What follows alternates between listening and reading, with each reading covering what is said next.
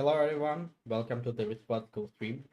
VSQUAD School is a platform where you can choose a course and go to the full pipeline based on real project.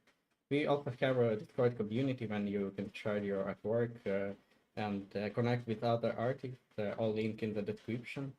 And now let's move to today's topic. Our guest is Raphael Mistler, a 3D character artist. He will share his Pokemon project breakdown with us. So in the meantime, feel free prepare your question in the chat. He will be happy to answer them at the end of the stream. So hi, Raphael. Can you tell a Hi, bit hi about? everyone. Can you tell can you tell a bit about yourself, about career? Well, of course, one. To start a bit about my career, well, first I started. I was interested by art in all its forms, so I started after high school to study fine arts at La Sorbonne in France. So I learned classical drawing, anatomy, perspective, and things like that. But I really wanted actually to go into something for more modern. I didn't want. I didn't really see myself going through to classical art field of work. So I decided to go to follow my passion, which was with video games, and which still is video games. And I wanted to learn how to do them, so I went to Rubica Super Game, which is which is a school in north of France. Over there, I learned how to do a board game, a pixel art game too, and also how to do a mobile game. It was each year we had big projects to learn how to create a game. I also learned a lot how to do to deal with deadlines, to work with team. We also push further onto the classical art training, like history of art, anatomy, and perspective that I already learned in. I also worked a lot with 3D softwares, but it was all very general, nothing too much specific at this stage. And I decided to specify in 3D sculpting. So I decided to go to do a master's degree in sculpting 3D at Universal Art School. So it's a school in Spain. And I decided to take on the course remotely. So I quite early on had an experience with working and talking to people from other countries. I mastered in 2000. I finished my master degree in 2022, and after that I decided for the rest of the year and the year coming to work on my portfolio. And to have because it was really something my tutor really said it was the most important thing to have a job and to show me in social media and things like that. Until February 2023, where I decided to set myself up as a freelance 3D character artist. Of course, I continued to work on my portfolio. I didn't have contracts and things like that, and to improve my PBR process and things like that, and my abilities in ZBrush or in texture or in the Substance Painter, for example. At first, it was quite difficult to find a professional contract, so it was mostly creating portfolio, having my name more seen in social media and things like that. In 2024, though, I started to work on an indie game video game named Oneros. It was really something my first experience in production. Unfortunately, it didn't go through the end of the project, but still it was very nice, and we really learned from. It was actually in Spain, and it was like a company that pushed young projects to go a bit further. They give money to to small projects, so it was very cool to work with many people from around the world, Europe. After that, my first really professional contract was at Devoted Studio at the end of 2024, where I really did something very stylized, because actually during my studies I was doing much more semi-realistic stuff, and I really through my first contract, my first work at Oneros and my first contract really shift to something more stylized, and afterwards hand painted too. And I decided so I went to Devoted Studio. 2 times I already did a contract for them, and I learned a lot of things at working with professionals and in a company that's not in France, because I live in France. So I usually talk with people in the US and things like that. I learned how to do LODs, the PBA process, full pipeline actually. I also learned how to do creatures, to do professionally, and characters, of course. And of course, I never stopped to do my portfolio work because it's always important. And each time, the most of my contracts, I have received them based on my portfolio. And also recently, I did a contract for 3 months at the beginning of this year at Bardel Entertainment. As for Devoted and the others, I can't really say what I did on my because I'm under NDA. But it was for Bardel Entertainment, which is a company in Canada. It was really fulfilling to work with such professionals for such a long time, and it was a very enjoyable experience. I also work at All Correct Games, which on a mobile game was responsible for one of the main characters. It was very, very entertaining, and I learned a lot of things on mobile games actually, because it's quite different from others platforms. Well, now to shift on the Pokemon theme of today, actually, I decided to first I created much more characters or props and things like that with very semi-realistic things. But last year, I decided to shift a bit my attention onto something more. Something I always liked, which are Pokemon. I'm a big fan of the license since I was a kid. So I started my Pokemon journey with Aggron, which is still one of my favorite Pokemon. And it was really something really challenging for me, because it was a big diorama with lots of things, a complex scene with a complex posing. And but it was really something I really liked. After that, I decided to do another character, human one. After I decided to go back to Pokemon for real, that it was really something I said to myself, I really want to go further with this. So I go with Blastoise, which I did last year. So it was really I really liked the style of the original artist, and the way he transformed a very early design of Pokemon and old designs into something else. And for this kind of project, actually, as for Venusaur, which is my latest addition into my Pokemon project, I always have to have lots of references, but usually I only have one main reference, which is the main concept art, which is here. And so, of course, I need to find different points of view. It's important to have side view, back view, and things like that. Fortunately, there's a lot of content for Pokemon. It's so famous that it's everywhere something about Pokemon, from plushes to figurines and video games. But I always like to kind of search for the same kind of references.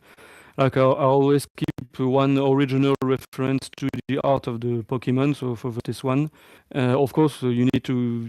It's better you need to watch out for this original one, because sometimes Pokemon designs evolves a bit. The most famous one it's Pikachu, with the fat Pikachu, and the new one, which is really not the same. So Pokemon were a bit more darker at the beginning. And so I like to mix, the original design with also different models, 3D models from the different games. So we have seen Pokemon Go or in regular games. And also some art like that, which is a bit 3D, but mixed 2D, 3D. And I also like to use the figurine statue references, because they usually are well made in 3D, of course, and plus they show different and not usual points of view from the original Pokemon. They usually have a small idle, and they don't move much in games. More now, but not much. And it's for Venusaur, the main difficulty was having to finding a side and a back view, because I didn't have any view on the back. So this reference and this one are very useful. And I always find those kind of reference of my Pokemon. Of course, some Pokemon is easier because they are more famous, but for Pokemon like I did, like Golurk or like Golurk here, like Golurk here or Munchlax, they're a bit less famous, so I need to take more time to find references. But it's always useful to do it. Never underestimate the reference part of a project, I think. After I gather all my references, of course I go to the blocking stage, and I did all my blocking in ZBrush, and I'm always try to add very quickly all the different elements. Very quickly, with this step, nothing is not much detail. I quite early on started to do the open mouth, because it's really the main focus on this character, and to build upon this open mouth. And I build upon more details every time of the blocking to go for the final high poly stage.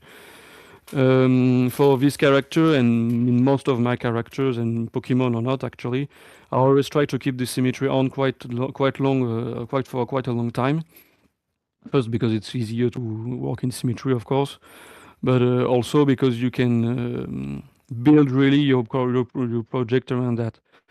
Like it's for example, for a character like Mega Blaziken, which is very dynamic, lots of different things going on in the scene. I first started to model him in T-pose, because it's much more easier to do.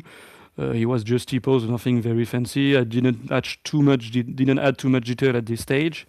But afterwards, I really quite early decided to do the posing very early in the process, but still while keeping the head symmetrical. So the symmetry was the symmetry of the head was the main thing that stay on, and I build the posing of the character on based on this symmetry. It's really helped me to have something still very symmetrical. I think it's better it's easier that way. Other than that, I also like to ask several questions in my mind when I start a Pokemon project, other projects too, but especially with this one, because Pokemon have some similarities, but they're not always the same on complexity and materials and things like that. And I always try to ask several questions. So which part, for example, will certainly need a full retopology? Actually, a lot of Pokemon have a big full body.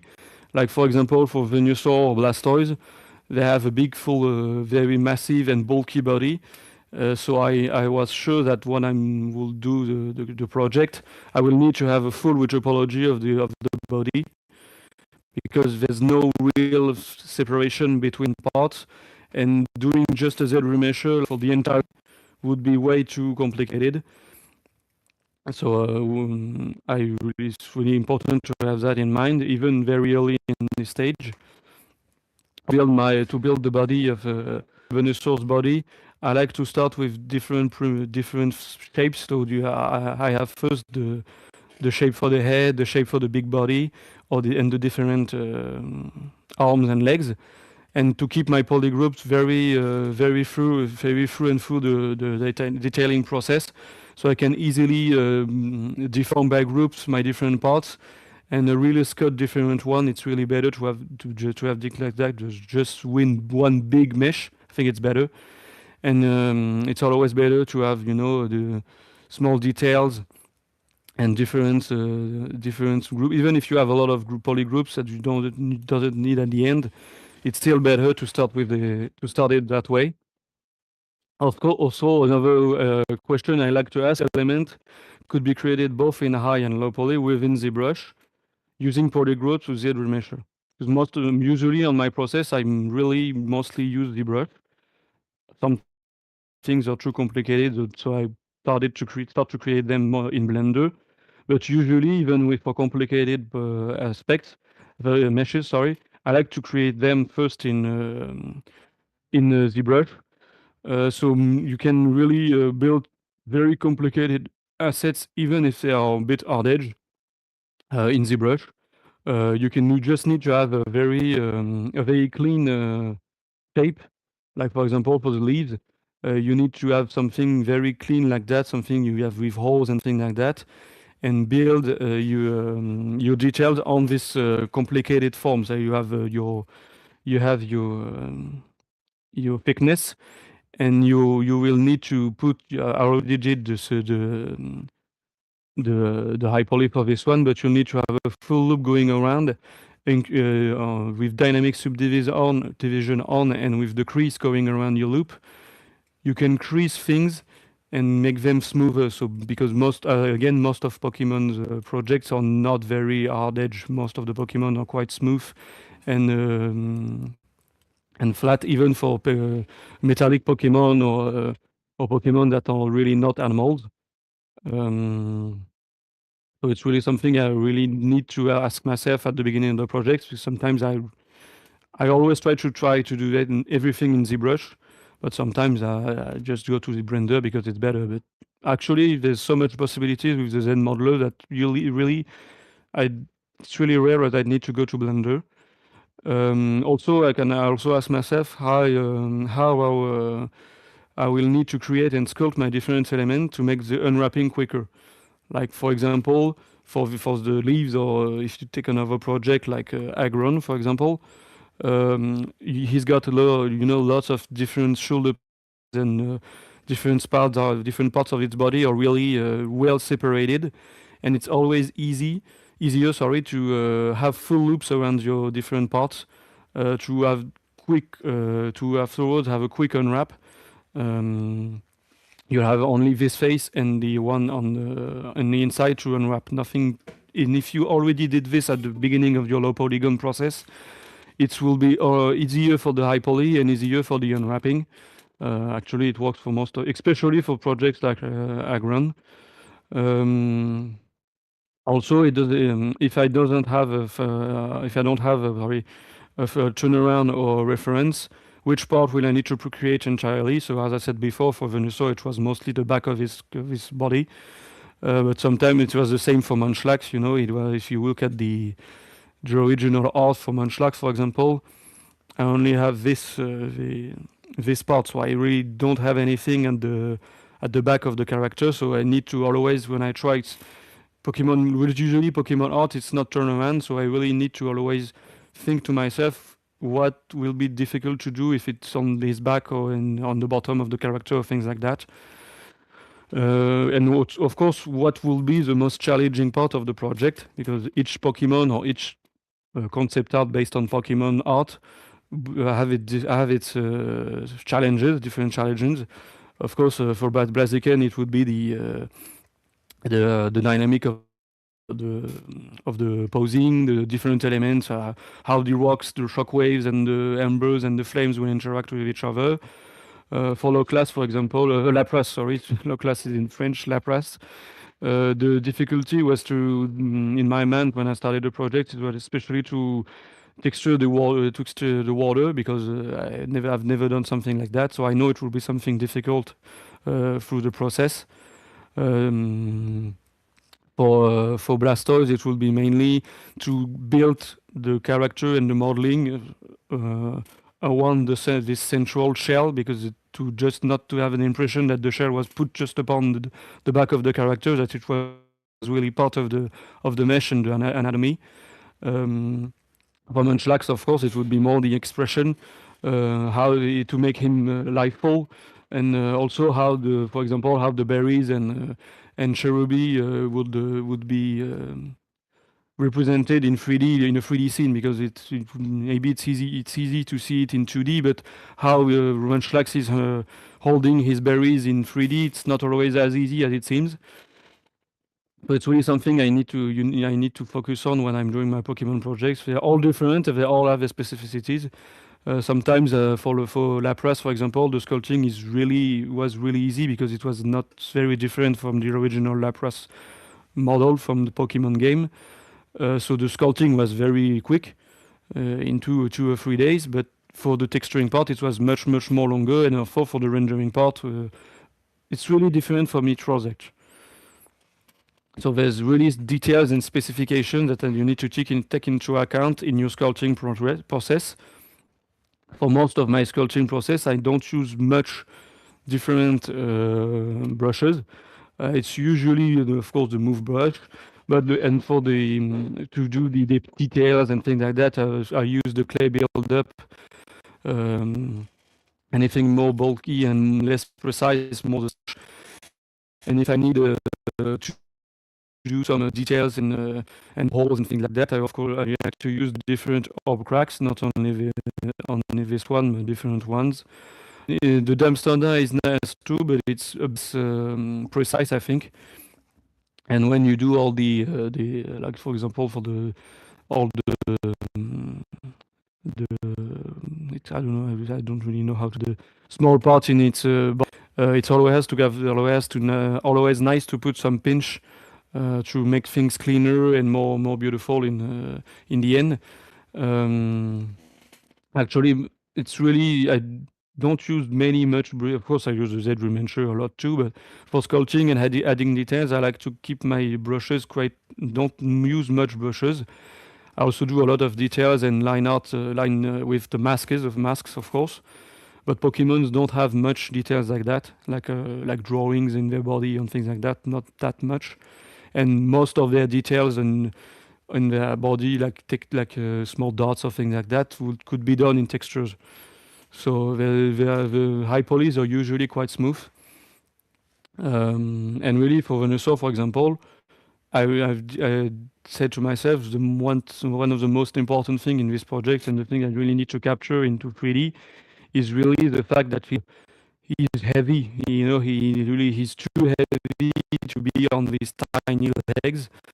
So the affects is really something that in my mind when I look at success, and having this very aggressive face looking at the viewer, it's really one of the main things on the original concept art that I liked, and I tried to retranslate it into 3D. And for it's a specific one for Venusaur. For Blastoise, it's really, as I said, around the shell. And for Agron, it was also what was important for Agron, for example. It was how I would do such a big scene, and also keeping in mind that the little ones, I don't remember the name in Aaron in English, they need to have details too, not only the main Agron mesh. So it's for this character and Blaziken, it's really on how you will build your posing and your scene. So it was mostly like that. So after I've done my low poly and my high poly, and I'm satisfied with what I've done. So for my Venusaur, it's something like that. For the high poly, I like to have my still some details into project like that. But again, if you look at some, for example, at Munchlax, which is a very more flat character from the original concept, the high poly is quite simple. You have the pose like that, but there's not much detail into the character itself, the spikes and things like that. But most of the detail would be done in texturing. So into retropology and unwrapping now. I like to do my unwrapping and retopology as I said, in Blender.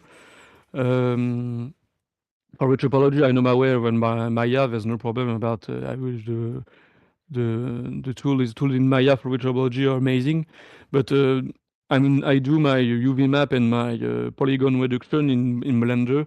So I shift my retopology in Blender too. So I have everything in one software. It's really the part of the job most people don't really like. It's it's the retopology and unwrap. Some people like it, but it's usually not the case. So it's better to really have something simple for this one and only in one place, I think. Um, I always try to have my characters under 100k if it's the very big one, and under 50k if it's small ones or not very complicated one. Sometimes it's even less, of course, like for Lapras, which was really small. Um, and really, as I said before, having a very clean topology at the beginning and nothing, and really something that would be have clean shapes from the beginning will help at the for this process, because you have clean going around loops and things like that. So your unwrapping process would be much easier and quicker. Of course, for the retopology of something like Venusaur, it's quite long. But you always need to have again the loops around the arms, the legs, and to have much big details for the big place for the big space. Sorry, for the face and the eyes too.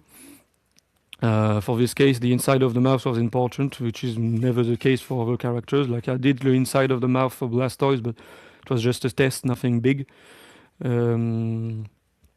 Golok and Aggron, for example, which are a bit different from others. They're usually made of solid, not usually, but they are made from inert and usually solid materials. Like it's hard surface, but again, it's really very smooth in Pokemon. Even hard surface are not that hard. So again, using loops and clean, smooth shapes, big separation between the pads from Aggron are very important. So you can easily unwrap them, and with characters like that, I didn't even need retopology because everything were very loops going around, and I can easily reduce polygons with characters like that. With looping parts of meshes, it's really easier. Also, there's a big specificity on Pokemon characters. It's the way they draw fur. Like for Blaziken, and it's not only in Pokemon, but it's really the case a lot of time with Pokemon, with Munchlax or Blaziken. They have their fur done in spikes like that, and it's not almost always never a good idea to do it with ZRemesher or things like, or to try to reduce your polygons in the brush. It's better to have a clean spiked form everywhere and do a retopology of this part afterwards. Even if you don't do a retopology of, for example, all the leg of Blaziken's leg, you can do a retopology of just this part, for example, and connect it to an already reduced part here. It's just that doing this with ZRemesher is just not really handy at all. They just don't handle well this kind of forms, I think, in my experience, actually. If you go talking really into UV more, actually, it's always important to separate your character in different islands. Like for me, I chose to separate the big part of the body, the flower, and the small background here are three different textures. I don't do much different textures. I could have done the leaf separated from the petals, for example. But I prefer to have all in the same texture when it's a big island like that. It's easier in the texturing process, especially, I think. So I like to use Blender for the unwrapping, because they have these three different kind of unwrapped that are really handy, and you can really move around these three different unwrapping techniques. Also, a little trick you can do for when you're unwrapping something that you consider that in your texturing process. I established quite early that this leaf will have the same texturing that this one, because it's what we could not really see it on the original reference. Of course, I unwrapped it only once, and only this one is unwrapped. And you just need once you've done all your unwrapping, you space everything. You just need to actually to mirror your leaf here, and just afterwards select your mirrored part, not the one that was unwrapped. Go to UV vertex and you just put one here, or in Y, depending on the mirror. Like here it's an X mirror, but it works with the Y mirror too. Put one, and it will put your mirrored part here, outside the UVs, actually, UV space actually. But it doesn't matter when you do the texturing work in Substance Painter. You will texture normally this part, and it will automatically texture here too. I know you can overlap things, but I prefer to have my mirrored part separated. This way, I really know which way. If I go back to Blender, I know these parts are mirrored. And if I don't, I think I change my mind, I can always redo my unwrap, redo my UV space if I need to change something. I change my mind. I need to change something on this part, especially. It's a really handy tool actually. Also, it's actually yeah. For the background, I prefer to always separate them. I don't know if it's the better way to do it, but like for the class, the water is really separated. The background, like the small grass background, is separated too. I think it's always better to have that kind of outside element separated. I did the same for Blaziken. I separated the shockwave and the fire elements because I feel that it was not part of the body the same way as the body itself actually. For baking, as I said before, sorry, baking I said. I prefer always to use a marmoset tool bag. It's really a handy tool. Sorry, what's wrong? Yeah, okay. It's really a handy tool. So like it's the unwrap of my first texture. Really, the baking groups really allows you to separate different parts of your body. So the claws, the horn are not separated, are not connected to the body. It really allows you to have a clean baking. I also like to I put more samples here. I think it would be at work a bit better to have cleaner bake map. I put it in 4K and 2K depending on the project, but not much in 8K. I usually not find it very useful. I really like to for the maps. The map normal, I prefer to ignore the groups, uncheck the ignore groups, so it would work better. And a little tip for the ambient occlusion, I really like to use my ambient occlusion with ignore groups unchecked and two-sided. It's not as important for two-sided, but it's nice too. And I like to bake a second ambient occlusion with ignore group checked this time, and it allows me to have two ambient occlusion. So when I'll do the texturing part, I'll have much more control over things. And like if I want something darker, it will be better to use sometimes with the first ambient occlusion with the other. So I think it's really handy for that.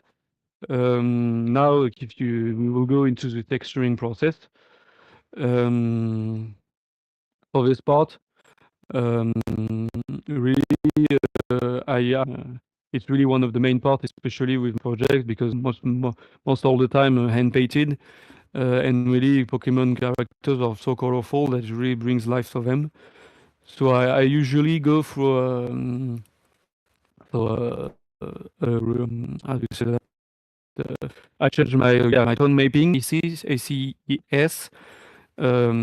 because actually it looks more like the based environment in Unreal Engine. I mostly use Unreal Engine now, so I prefer to put it in ACES first. So I already have something quite dark and to work with. I also put a regular environment. Where is it again? Yeah, no, so regular. So I always change my environment. Actually, I used only the based one like that, but it's not always the same. I also my Pokemon project may be all from Pokemon art, but they are not from all same artist, of course. I have my favorites, of course, like Grayson. I have this. I don't remember the name exactly. I don't want to recall his name. Grayson Zosk, which is the artist who did Blastoise and Venusaur. I really like the way he did the kaiju-like Pokemon, the adaptation of the original art. I really like also his texturing and his use of colors. Um, but I also one of my favorites is Blue Kamadori, which is the one who did Munchlax and Blaziken. And his style is really much more flat and 2D. With this style, with the style from Venusaur or Blastoise, you really feel more the roundness of things. You really feel that it's more something that's supposed to be in 3D. There's more volume. There's skin bumps, things like that. So with projects like that, it's really more useful. Is I really use more and more the AO and baked maps, the convexity, the curvature. I use a lot of gradients too, because when I start my texturing process, um, I really try to. I use my fill layers to pick on my colors on the specific parts, like a regular one. And but having an AO and a curvature really helps to build already some volume onto something. And really, if you use mostly the base color channel here, so having already a curvature and an ambient occlusion like that, it really helps build the hand painting techniques afterwards. So it's really for me to work that way. But it's not always the case because, as I said before, for Munchlax, for example, he's very, very flat. So I use the bake maps, of course, they're still useful. But most of the volume and the effects, the texturing process is really done in painting. I really don't use much the AO and the convexity and curvature, but it really depends on the original art actually. For low class, for example, for Lapras, for example, it was something else, a bit of mix of both. It was very flat, but still we can see the volume with the water and things like that. So it really depends on the character. So there's specificities in the texturing, but yeah, I have the same process for most of my scene in Substance Painter, but I always try to find quite early on before starting my texture to know what are the specificities of each concept art. After I start to build my base colors, I like to also to quite early on do the eyes, because a glaze, a live full glaze like that is really helpful, I think, for the textures. I think it's the first time I'll do all the time the eyes, almost all the time. But when I have most of my base, I like to go quite early on onto the engine. So at the beginning, as I said before, it was my most tool bag, but from now on, I really prefer Unreal Engine. Actually, I just start at the beginning just to build up my scene, to have my my 3-point light elements. Sorry, what's going on? Okay, okay. So yeah, I like to, to have uh, my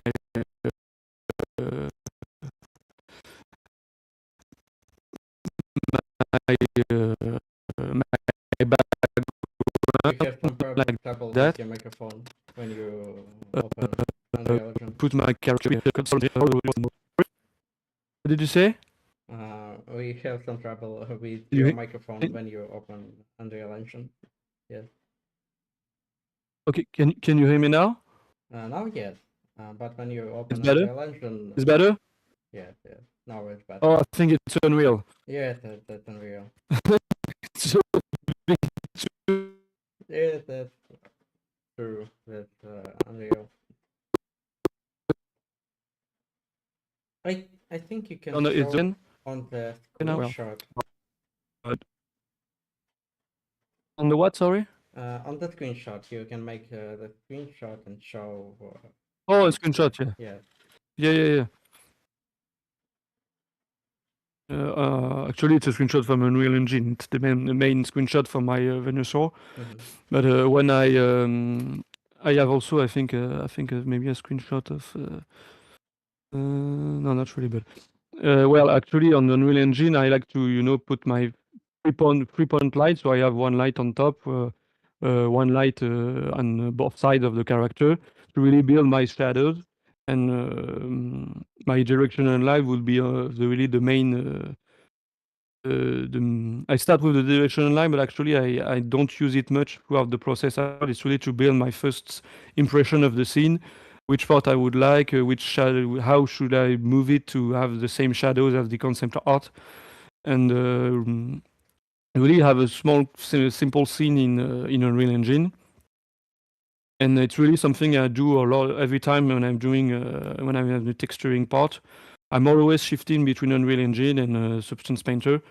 Because I think I never spend too much hours in Substance without looking into the engine, because sometimes you spend too much into your painting into some small elements, I don't know, on the map or anything, but it's too dark or it doesn't render that well into the engine. So it's really better to go back and back on different on the two softwares.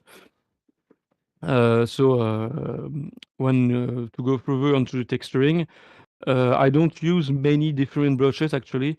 I usually go for the usual brushes, hard or smooth one, and I change the flow to have something more more smooth or more hard between the different colors. I start by putting the main colors, like for example the main blue one, the pink.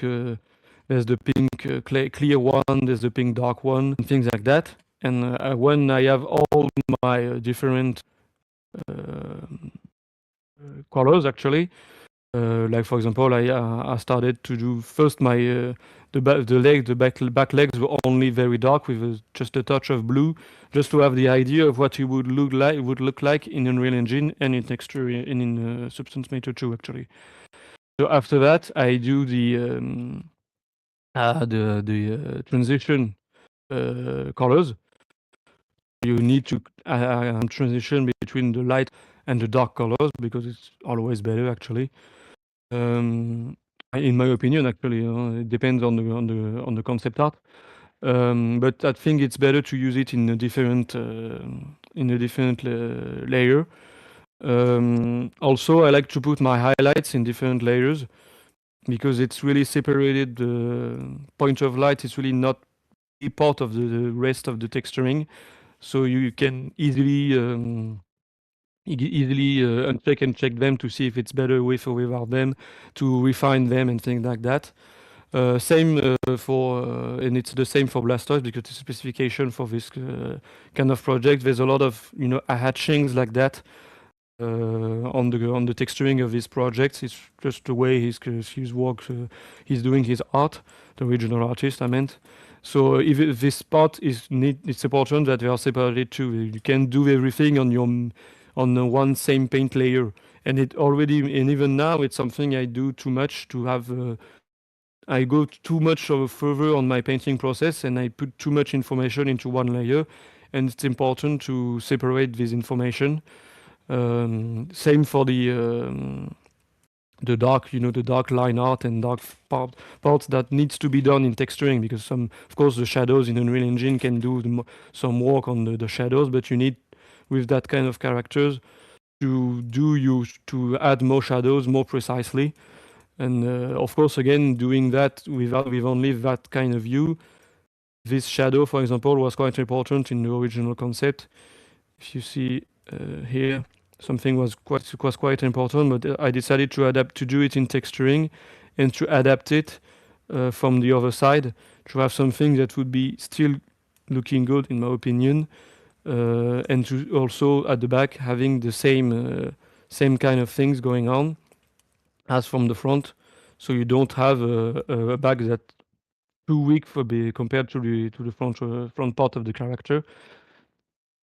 So really having different layers like that it's really, really more useful because you can also change the different fusion mode. You can change the way you can erase things. And in my first project, Pokemon project, I did the mistake to have too much things on one layer. And when you do this mistake, it's really hard to go back to what you did at the beginning. Sometimes you need to just erase that layer and redo everything. So it's better to really segment your texturing, I think. And again, with the fact that I didn't have the back of his body, I always try to do most of my texturing. It's the case also for the front. To do my texturing in symmetry when I can, of course. Because even with the back parts or the part of if I started to texture this part, I can see this part in the concept art, but I can see how it looks on the other side. But still, I use the symmetry for the other side because it allows me to have an already done part of the texturing. It's not just doing all the small part pieces by pieces. Even the one I don't see. It's better to have an overall texturing at first, and afterwards put some layers to do some asymmetrical texturing. Like for example, the stains or the horns on the body are textured, like we can see, are textured the same way as the front, but it's not the same. It's still not the same horn. It's still not the same highlights or things like that. So it takes a lot of time when you only have one reference, but it's really important to go as much to work as much from the part you can see on the reference as the part you can see. If you don't do that, you'll just have a weird character that have very cool front view, and the back would look odd or weird. If you don't plan to do the back part, of course, there's no problem about that. But for me, and it's the way I do my Pokemon project, I always try to model and think them as full 3D characters. So the back needs to be as much complicated and detailed as the front I can see on the concept art. It's really something I always try to put on my characters. And it's pretty much it for the texturing part, actually. If you go to the Unreal Engine, I don't know if I have a screen of my Unreal Engine screen. Maybe it would be better because it's pretty heavy. Concerning this one, actually, we have increased the all the views. For the Unreal Engine part, I really like now Unreal Engine because it's really you have so much possibilities. It's kind of scary when you look at it at the beginning, but really having a game engine throughout my PBR process and in keeping always a game engine in the loop of my process, it's really important, I think, for real-time projects and things like that. Especially the fact that Unreal Engine, you have so much to discover, so much hidden things that there's so much more things than Marmoset Toolbag, so it's always better, I think, to of software more frequently, I think. Even if it's a small, easy scene, actually. And actually, as I said before, for the environment, projects like Venusaur or Munchlax, if there's really no environment on the original art, so having that kind of background, generic background, really helps to have some context into the character. It's not important. The background doesn't need to have details and things like that, but it's better to put it in a scene, for me actually, that to put it just in outer space, like it's in the middle of nowhere. And of course, it's different for characters like Blaziken or Lapras, because when I started to do that kind of project, I knew I really wanted to have the same feeling as the original concept. If you can see the original one, it's really very flat actually, but I really wanted to have that kind of gradient background with the light, the impression that there's a big lightning part here from from Blaziken's kick. So I really need. I spend quite a lot of time with this kind of project to really put my camera where I want it to be, to really have using sometimes transparency or very. It's really throughout the sculpting process, but also in render. To really see if my rocks were placed correctly, if my shockwave goes well around my Braziken's foot, and doing a scene like that is not really, it's not easy in Unreal. About cameras and how to move around in Unreal Engine, how to move with focal and camera option. And really having like I prefer to put really like just a plane at the back of the scene. I use the original art, of course, as a reference. Sometimes, like of course, the Pokemon is in the scene, so I need to delete the Pokemon from the background. And in Photoshop, I use some tools to recreate a full background without the character actually, so I can put it in Unreal Engine, and afterwards, move around my camera and things like that. I always try also to with my lightning, as I said before, to have a very big light. I think it's just put on 4. Maybe it will work better if I open it just like that. I have just a minute. I know it will lag a bit, but I have one big light from going from the top for most of my project. One big light going from the top of the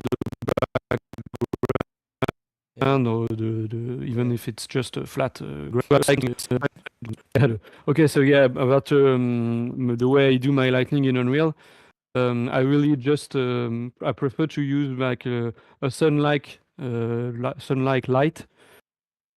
So I really have something that can illuminate all my scene at first, and it's really something I like to do when I'm doing my lightning in Unreal. It's better like to disable all the light, and work with only one light to see if everything is dark, just your only light, how it looks with just one light. If does the shadow look odd, does the light is too strong, does the focal is too weird with this kind of lighting. I go through all my lighting to have each separated light going well with each other. Actually, I think it's better than if you do all your lights together, they can get lost in the scene, I think. So I think it's better to work it that way. You also have the rim lights that you can see on the character. There's rim lights I like to do in texturing, like for example this one. Were done in texturing, which one? I think not really in this one too. Sometimes I like to do it in texture, but I always try to keep in mind if I want to do a close-up of a character, if I do a textured rim light, it will look odd from certain point of view. Like for example, I did some renders of Venusaur from other points of view to see how I looked, so things looked in the other side. And this rim light, which is kind of strong on this screenshot, would have looked very odd if I did a screenshot like that. So doing your rim lights really in Unreal Engine is more handy most of the time, because you can disable them if you want to do over close-up or things like that. If you do the texturing, your rim lights, too much highlights in your texturing process, it will look really odd from other points of view, actually. For the post-process, I don't go too fancy even throughout the entire process. I like to put a bit of sharpen into the post-process panel, because it's really usually, especially for Venusaur or Blastoise, who has a lot of different details. it will sharpen the details and the spots and things like that. You don't go too much with the sharpen because it's really one or two, not very much more like that. Because when you go to 5 or things like that, it really look hard. You can add, I also add usually a bit of bloom, not so much either, just to have something like a little glow going around the character. Of course, for Gorlok, for example, I did very big glow because I wanted to do that close up, spooky close up like that. So this one, I did a lightning which was a bit different on Unreal Engine, of course. Again, it depends on the Pokemon project and what I want to render in the end. I also like to set my exposure to manual in Unreal Engine. So it's sorry. So it really I can change my exposure manually, and also I like to go to the local reflection um, to the local option. Sorry, so I can really shift my shadows and highlights, even after the texturing process. Actually, one of the most important tricks I do to have this painting effect. It's really you need to go to your material editor in Substance Painter and in Unreal Engine, sorry.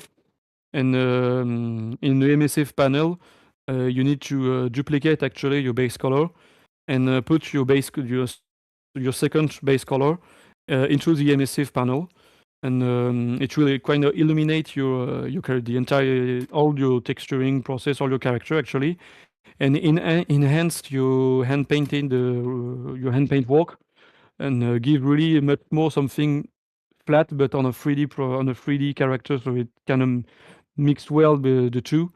Of course, it's a very strong effect, so it's better to add a multiply node between your secondary base color and your main material.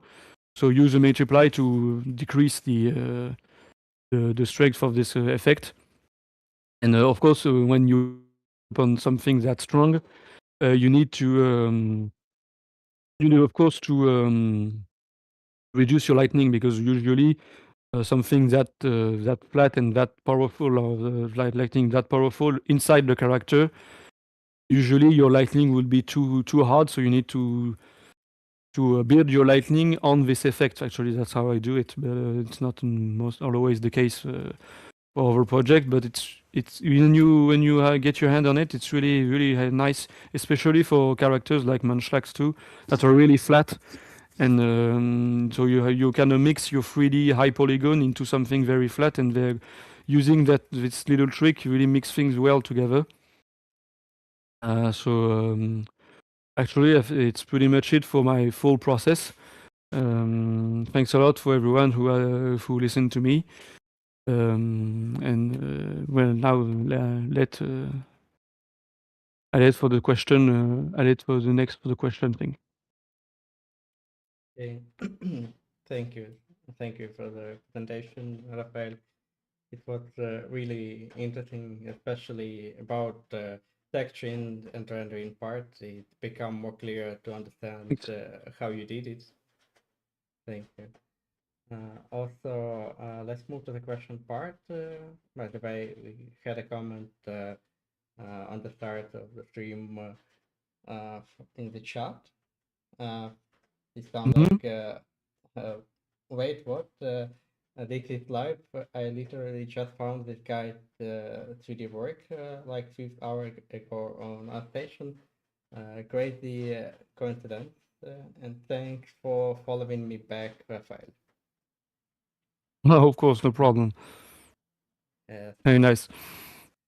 And about question, in your experience, what separates a good enough 3D character from truly professional quality one? Actually, I would say that a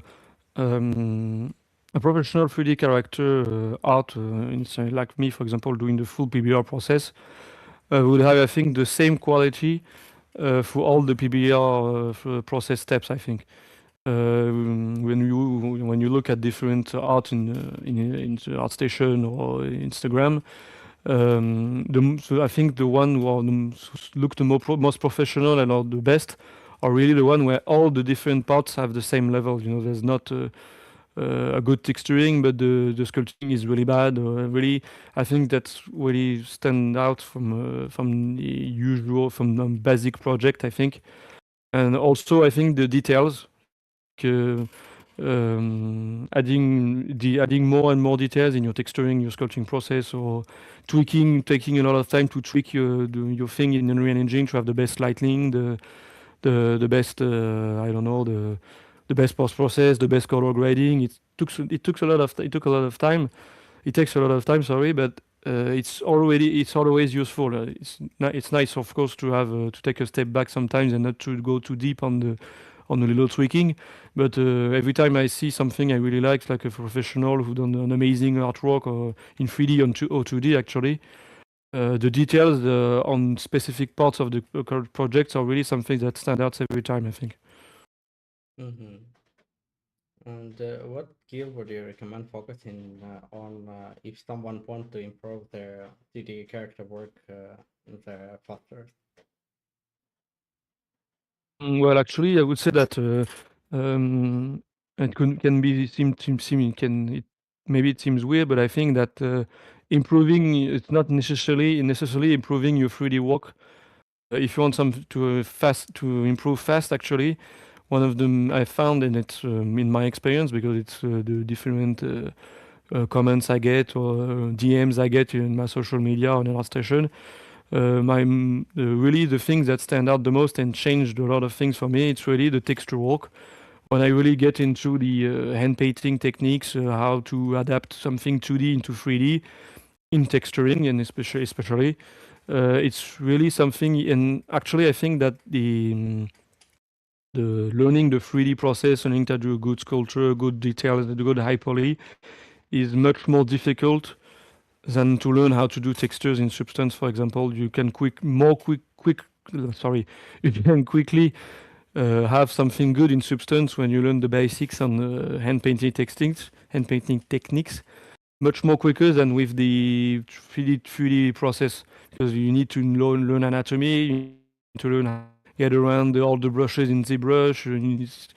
It's much more complicated, I think. So if you want something fast, I would say a texturing work, but also render work, I think. Learning how to present your project with Unreal Engine or Marmoset, actually. I think it's really important because I can see sometimes a very beautiful ArtStation, especially very beautiful sculpting projects, actually, or good, I don't know, good texturing on something basic, just some tests, but very not well presented, actually. They didn't spend enough time, I think, in either in Marmoset or in Unreal Engine to really present your thing. It's always better even to have a quick scene with a 3-point light on Marmoset than to have nothing, or just something you just spend like 10 minutes on. I think that knowing how to present your work and enhance, maybe even sometimes enhance your the little faults you have on your projects or on a particular part of the PBR process is really something important, I think.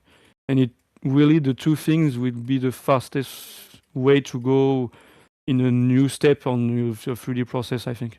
It's actually what works with me. That's why I'm thinking like that. Mm-hmm. Thank you. So thank you so much for the sharing your experience and for exploring with us. And thanks Thank you. Thanks everyone. for this opportunity. Yeah. And thank everyone who stayed with us and watched the stream until the end. Just a reminder that VSQUAD School is open to collaboration.